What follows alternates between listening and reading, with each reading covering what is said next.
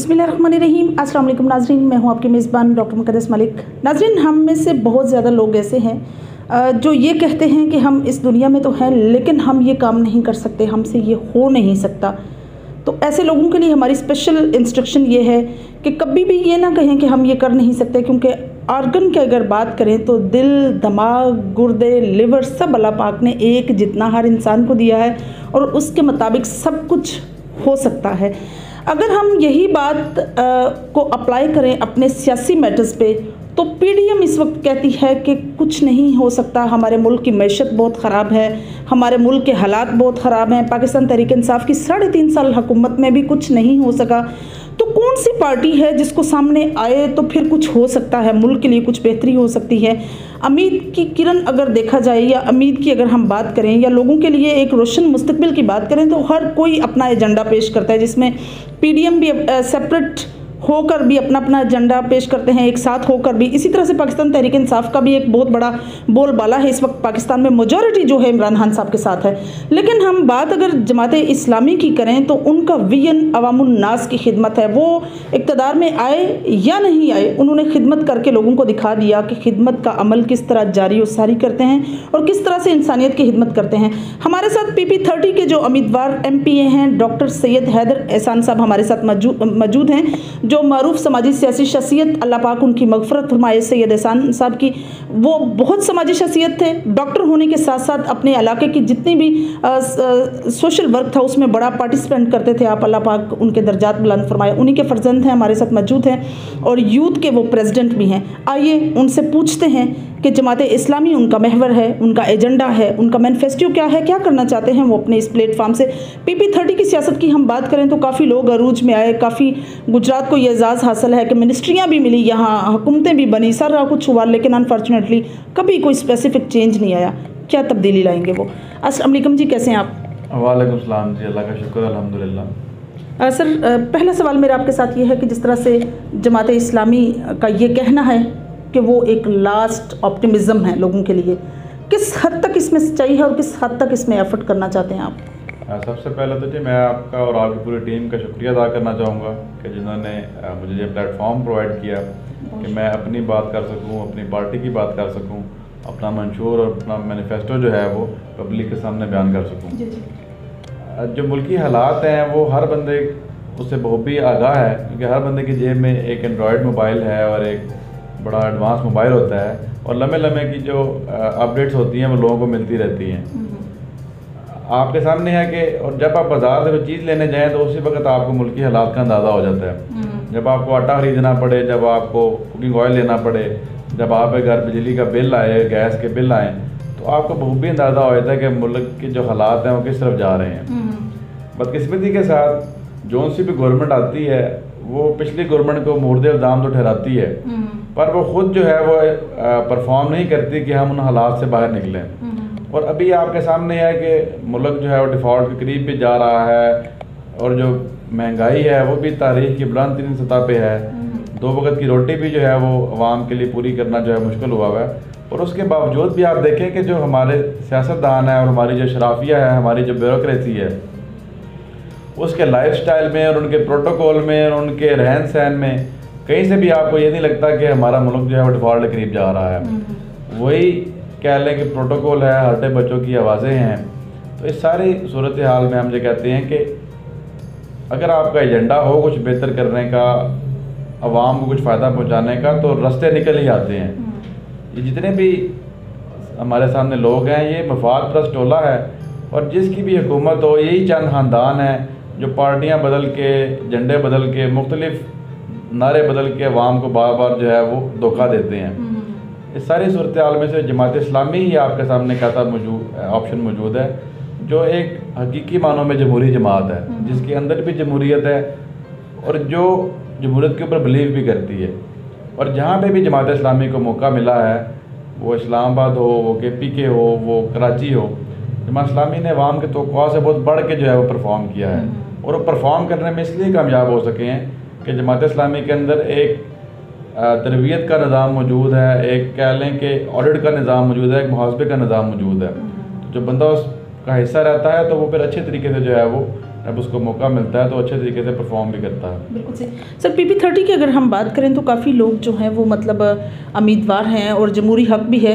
आपके कंपटीटर जो हैं उनमें से मियां अख्तर हयात साहब हैं, मियां तारक महमूद साहब हैं। मतलब मियां तारक महमूद साहब जो हैं पिछले 35 साल से मुसलसल उन्होंने हुकूमत में भी रहे, वो पंजाब में MPA रहे। और चूँकि गवर्नमेंट कोई भी आई है, पंजाब जो है वो मुस्लिम लीग नून के पास ही रहा। मासवाई इस टेन्योर के जो 2018 में टेन्योर तब्दील हुआ तो PTI की हुकूमत आई। क्या लगता है आपको कि आपके मद्दे मुकाबल लाला मूसा से ही नदीम असगर साहब हैं, इसी तरह एजाज रनिया साहब हैं, तनवीर अशरफ कायरा साहब हैं, ये सारी एक मजमूई पार्टी आपके साथ मिलकर कंपटीशन किसके साथ नज़र आता है आपको? मैं समझता हूँ जी कि सारे इलेक्शन में हिस्सा ले रहे हैं और सारों का जमहूरी हक भी है। जी। और ये कह लें कि एक खूबसूरती भी है सियासी निज़ाम की कि हर बंदे को मौका मिलता है कि अपना मंशूर पेश करे और अपना जो उसका प्लान है वो पेश करे। जी। तो हम ये कहते हैं कि आपने सारी पार्टियों को आजमा लिया है और तमाम ख़ानदानों ने और तमाम पार्टियों ने जो है वो आवाम को बुरी तरह मायूस किया है। तो अगर तो आवाम समझती है कि उनकी वो खिदमत में कोई कमी रह गई है पीपल पार्टी से और नॉन लीग से और PTI से, तो फिर तो वो उनको मौका फराहम करें। पर अगर वो समझते हैं कि वो मुल्की हालात जो हैं और हल्के के हालात तब्दील नहीं कर सकते, और जमात इस्लामी में ये पोटेंशियल मौजूद है कि वो आपके हल्के के जो मसाइल हैं वो भी हल करेंगे, लाला मूसा डिंगा के मसाइल भी हल करेंगे और मुल्क की तरक्की में एक बेहतर किरदार अदा करेंगे, तो आप जमात इस्लामी को फिर वोट करें और तराजू को आप वोट करें। सर, इतने सालों से जिस तरह से मैंने जिक्र किया कि काफ़ी सालों से मुख्तलिफ पार्टीज़ की हुकूमत रही, जिसमें ज़्यादा मेजॉरिटी टाइम जो है वो मुस्लिम लीग नून का गुजरा। मैं पंजाब की और गुजरात की स्पेशली बात कर रही हूँ और इस हल्के PP30 की बात कर रही हूँ। आप हल्के के ऊपर नज़र दौड़ाएं, काफ़ी मसाइल का गढ़ है, रोड जो है वो खस्ता हाल हैं, काफ़ी मामलात ऐसे हैं और स्पेशली जो है म्यूनसिपलिटी के अतबार से अगर हम बात करें तो कोई भी अपना प्रॉपर तरीके से काम नहीं कर रहा। लाला मूसा में बारिश हो जाए, डिंगा में कोई प्रॉब्लम हो जाए तो काफ़ी, आपका क्या मंशूर है, किस हद तक आप इसमें इम्प्रूवमेंट लाना चाहते हैं अगर आप विन कर जाते हैं तो?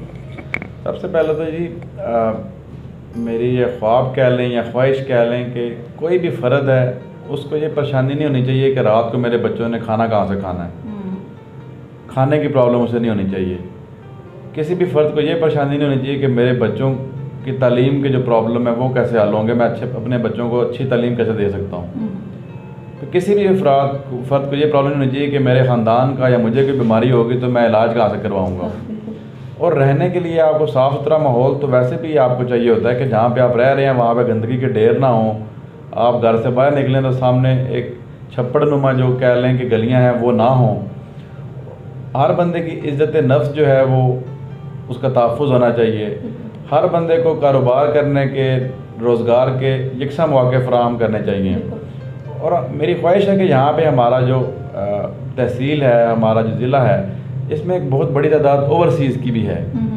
अगर आप उनको एक जहाँ पे तहफ़्फ़ुज़ फ़राहम करें, जो सरकारी महकमे हैं वो उनसे ताउन करें, तो एक बहुत बड़ा वो कह लें ज़र मुबादला जो है वो यहाँ पे भेज सकते हैं और यहाँ पे तरक्की के बहुत सारे मौके जो हैं वो फराहम किए जा सकते हैं। यहाँ पे हम इंडस्ट्रियल जोन एक बहुत बड़ा जो है लाला मूसा और डिंगा में जो है वो बना सकते हैं, जिससे इस इलाके के जो हालात हैं वो भी बेहतर होंगे और हज़ारों लाखों यहाँ पे नौकरियाँ जो हैं वो दी जा सकती हैं। उसके अलावा मैं अक्सर मुझे जगह जाने का इत्तेफाक होता है, नौजवान मुझे बुलाते हैं, हमारे पास कोई भी कह लें खेलों का मैदान मौजूद नहीं है जो प्रोफेशनल अंदाज से चल रहा हो।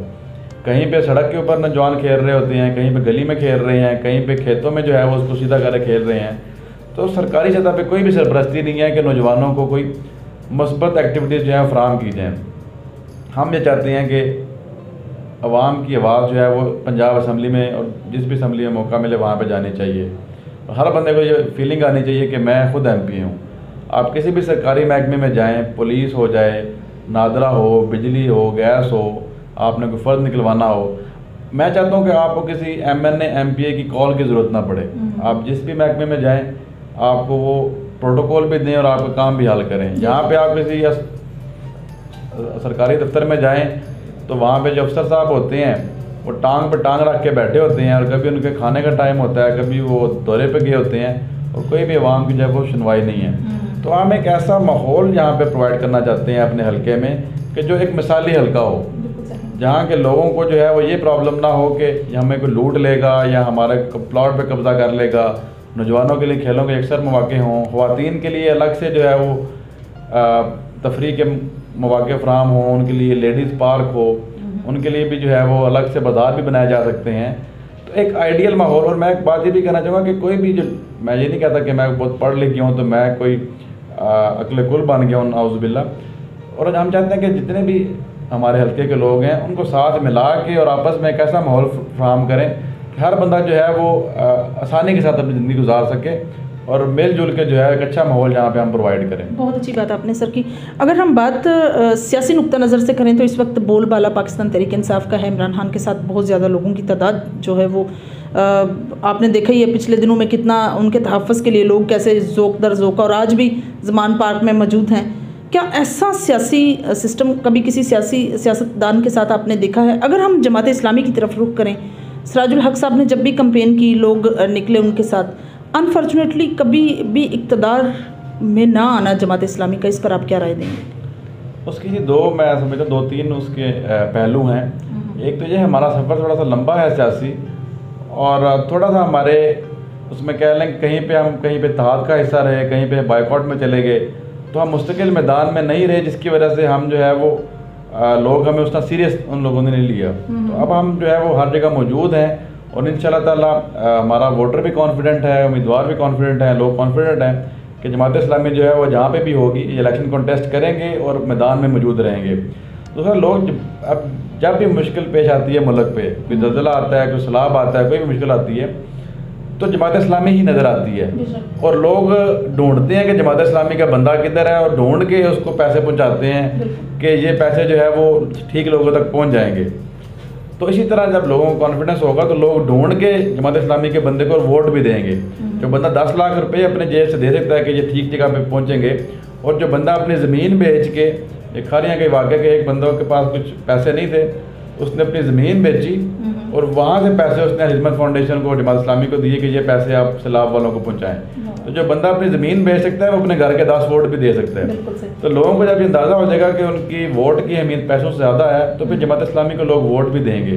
अक्सर लोग जो है वो उस दिन रेस्ट करते हैं, वोट भी नहीं डालते। तो इंशाल्लाह ताला अब लोगों को नज़र आ रहा है कि जमात इस्लामी के अलावा बाकी जितने भी लोग हैं ये अपने मफादात के लिए इकट्ठे भी हो जाते हैं और मुखालिफ भी हो जाते हैं। बिल्कुल सही। अब नून लीग और पीपल पार्टी अगर आप कुछ ऐसा पीछे चले जाएं तो कोई इस चीज़ का तस्वर भी नहीं कर सकता था कि ये भी कभी एक पार्टी बनेंगे। जिस तरह आग और पानी है उस तरह नून लीग और पीपल पार्टी थी, तो मफादात के लिए वो इकट्ठे हो गए हैं। और आपने कश्मीर में देखा कि वहाँ पे PTI भी जो है उनसे साथ मिल गई और एक ही PDM बन गई है। सही बात है। तो जमात इस्लामी जो है वो, क्योंकि हमारा नज़रिया ये है कि हम चाहते हैं कि अल्लाह की ज़मीन पे अल्लाह का निज़ाम हो, और हम चाहते हैं कि बंदों को बंदों की ग़ुलामी से निकाल के अल्लाह की ग़ुलामी में दिया जाए। हम चाहते हैं कि जो इस्लाम का निज़ाम है वो पूरी तरह नाफिज़ुल अमल हो। हमारी अदालतों में भी कुरान के मुताबिक फ़ैसले हों, हमारी मंडियों में भी कुरान के मुताबिक फ़ैसले हों, और जो इस मुल्क का पोटेंशल है, यहाँ पे जो कुदरती मादनियात हैं, जो यहाँ पे यूथ है, जो ज़रअ ज़मीन है, उस पोटेंशल को फुली यूटिलाइज़ किया जाए। मतलब 1 करोड़ के करीब हमारे ओवरसीज़ पाकिस्तानी हैं, उनको मौक़े फ़राहम किया जाए, उनको तहफ़्फ़ुज़ फ़राहम किया जाए, तो वो आपके मुल्क की तरक्की में बहुत किरदार अदा कर सकते हैं। पर ये सब बातें कब होंगी? जब ऐसे लोग मैदान में आएंगे और इख्तियार ऐसे लोगों के हाथ में दिया जाएगा कि जिन लोगों की नीयत होगी कि हमने अल्लाह को राज़ी करने के लिए मखलूक खुदा की खिदमत करनी है। जब आप इख्तियार ऐसे लोगों के हाथ में देंगे कि जो इख्तियार में आके अपने ज़ाती प्लॉट इकट्ठे करेंगे, अपनी प्रॉपर्टियाँ बनाएंगे, तो उनके पास अवाम के लिए सोचने के लिए वक़्त ही नहीं होगा, वो सिर्फ अपनी ज़ात के लिए काम करेंगे। तो जमात इस्लामी के पास अल्हम्दुलिल्लाह सिराजुल हक साहब बतौर जो हमारे चीफ जस्टिस थे, उन्होंने भी कहा अगर 62-63 पे आप अमल करें तो सिराजुल हक साहब भी बचते हैं। जमात इस्लामी में ऐसे लोग अल्हम्दुलिल्लाह मौजूद हैं कि जिनको आप इख्तियार देंगे तो इंशाल्लाह बहुत आपके तौक़्क़ात से बढ़ के काम करेंगे और आपको नज़र भी आएगा। जिस तरह से जमात इस्लामी में सिराजुल हक साहब ने एक पॉजिटिव किरदार निभाया और मुज़ाकरात की तरफ गए PDM के साथ, इमरान खान साहब के साथ, किस नज़रिए से देखते हैं आप उनके इस अमल को? और फिर गवर्नमेंट भी चाहती थी मुज़ाकरात हों, फिर इसी तरह से अपोजिशन ने भी आगाज़ किया, PTI ने भी मुज़ाकरात की कोशिश की। क्या लगता है आपको, मतवक़्क़े हैं इलेक्शन या क्या होगा?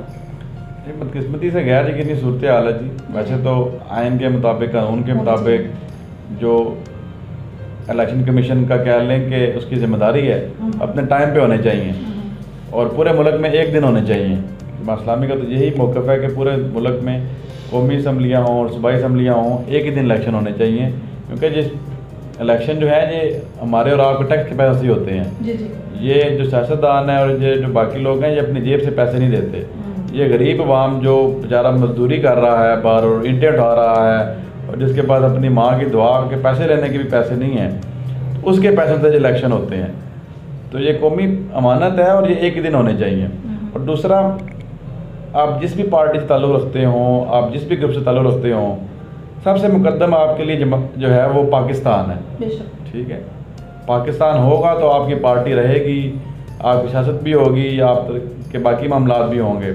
तो आपको जितने भी इख्तलाफात हों, आपका जो भी प्रॉब्लम हो, पाकिस्तान का जो इंटरेस्ट है और पाकिस्तान के जो अवाम है उनका इंटरेस्ट है वो एट स्टेक नहीं होना चाहिए, वो डैमेज नहीं होना चाहिए। बहुत अच्छी बात। तो सिराजुल हक साहब ने कोशिश की है कि पीटीआई को और पीडीएम को और तमाम स्टेक होल्डर जो हैं उनको एक टेबल पे इकट्ठा किया जाए और पाकिस्तान अभी जिस कह लें कि डिफ़ॉल्ट की तरफ और एक मुश्किल में फंसा हुआ है, डेडलॉक की तरफ, उसमें से निकाल के तो किसी सोल्यूशन की तरफ जाया जाए। क्योंकि जमात इस्लामी दावा भी यही करती है कि हाल से जमात इस्लामी, तो इस सूरत हाल में भी जो है जमात इस्लामी ने वाकई इसको प्रैक्टिकली करके दिखाया कि इस मुश्किल हालात में भी जमात इस्लामी ने ये हल पेश किया कि आप एक टेबल पे बैठें। क्योंकि आप एक टेबल पे नहीं बैठेंगे तो फिर इस्टेब्लिशमेंट सामने आ जाएगी जी। फिर वो आपका फैसला करवाएगी, तो वो आपका फैसला करवाएगी तो फिर आप जनरल इलेक्शन के बजाय फिर बलैती इलेक्शन की जो है वो तैयारी करें, क्योंकि वो तो जनरल इलेक्शन नहीं कराते, वो तो बलैती इलेक्शन करवाते हैं फिर। बिल्कुल सही। अगर हम बात करें आपके इंतखाबी निशान की, तो जिस तरह से तराजू आपका निशान है उसी तरह से आप मशरती तौर पर बैलेंस करना चाहते हैं। जैसे हमेशा से, आज से पहले अगर हम सियासत की बात करें तो काफ़ी फुकदान रहा लोगों को सियासत में प्रॉपर तहफ़्फ़ुज़ देने का, हमेशा थाना कचहरी को ही इम्प्रूव किया, प्रमोट किया गया। इस पर आप क्या राय देंगे? तराजू जो हमारा निशान है, हमारे बड़ों ने और पार्टी के सरबराहों ने बड़ा सोच समझ के जो है वो रखा है। तराजू का मतलब ये है कि हमारे मुआशरे में अदल का निज़ाम हो। जी जी। जो कानून एक मज़दूर के लिए है वही सदर मुमलिकत के लिए हो, और किसी जालिम की ये ज़रूरत ना हो कि किसी गरीब के ऊपर, किसी कमज़ोर के ऊपर वो जो है वो ज़ोर ज़बरदस्ती अपना ताकत के बलबूते पर उसे जाती कर सके। और हर बंदे को आगे बढ़ने के यकसा मौक़े जो है फराहम किए जाएँ और हमारी अदालतों में जो है वो आसान और सस्ता इंसाफ मिले। क्योंकि justice delayed is justice denied. अगर आप फैसला करने में ज़्यादा देर लगाते हैं तो मतलब आप फिर नाइंसाफ़ी कर रहे हैं। अगर एक बंदे की ज़मीन पर कब्ज़ा होता है और उसका फैसला जाके चौथी नस्ल पे जाके आता है तो उस बंदे ने फिर उस फैसले को क्या करना है। इसलिए जमात इस्लामी चाहती है कि मुल्क में कानून की हुक्मरानी होगी और अदल का निज़ाम होगा तो ये मुल्क जो है फिर तरक्की करेगा। जो चीफ़ जस्टिस के लिए कानून हो, जो वज़ीर-ए-आज़म के लिए कानून हो, जो सदर मुमलिकत के लिए कानून हो, जो एक मजदूर के लिए कानून हो, सब के लिए बराबर कानून हो। हम चाहते हैं कि महमूद और याद जो है वो एक साथ में खड़े हो जाएं, कोई भी जो है वो कानून से बालातर ना हो। इंशाल्लाह ताला ये निज़ाम जब हम प्रैक्टिकली देखेंगे तो पाकिस्तान जो है वो तरक्की के मनाज़िर भी तय करेगा इंशाल्लाह। बिल्कुल सही। नौजवानों में आपकी मकबूलियत हम देखते हैं कि माशाल्लाह से लोग अपने हर स्पेशली नौजवान अपने हर फेस्टिवल में, अपने हर गेम में, हर चीज़ में आपको जो है special as a chief guest बुलाया जाता है। क्या यही बैकअप आपको इलेक्शन के दौरान भी सर नज़र आता आपको दिखाई देता है? क्या राय है आपकी इस पर? अल्हम्दुलिल्लाह जी, मुझे बाकी उम्मीदवारों के मुकाबले में बेनिफिट है कि यूथ मुझे काफ़ी सपोर्ट कर रही है। और प्रॉब्लम ये है कि हमारे जो लड़का यूनिवर्सिटी से डिग्री लेके निकलता है उसकी अगली कोशिश ये होती है कि वो चंद पैसे इकट्ठे करे और इस मुल्क से बाहर चला जाए। मेरे अपनी काफ़ी क्लास फेलो जो हैं उनकी यही कोशिश है कि हमने तो यहाँ पे नहीं रहना, जब आप पाकिस्तान के हालात बेहतर करेंगे तो हम पढ़ के फिर वापस भी आ जाएंगे।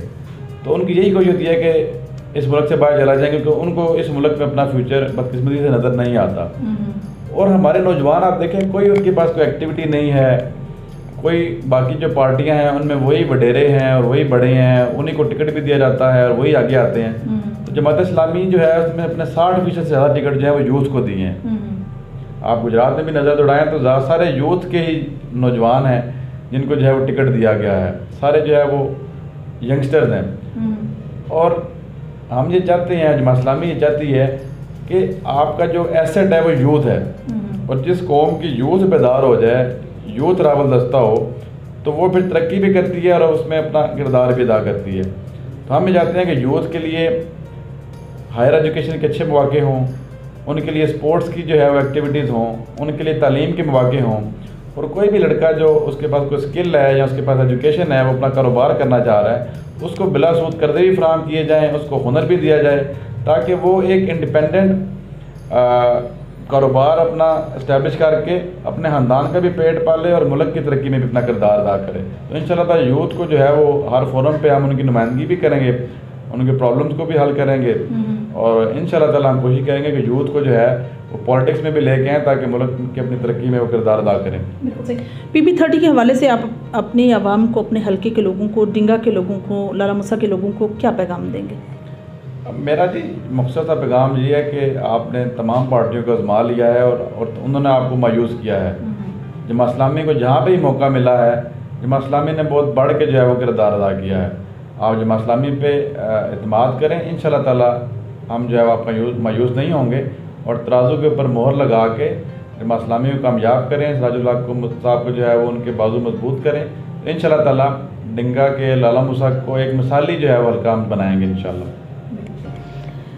जी तो नाज़रीन, ये थी डॉक्टर सैयद हैदर एहसान साहब की गुफ्तगू, और नौजवानों की बात उन्होंने बहुत अच्छी की कि नौजवान जो है वो किसी भी मुल्क कौम का सबसे बड़ा सरमाया है, और ऑब्वियसली हमारे मुल्क का भी बहुत बड़ा सरमाया है, और हमें चाहिए कि उनकी इस तरह से इंस्ट्रक्शन की जाए कि वो प्रॉपर तरीके से सियासत में क्या हर मैदान में जो है वो पार्टिसिपेंट करें, ताकि डिफरेंस जो है वाज़िया तौर पर नज़र आए।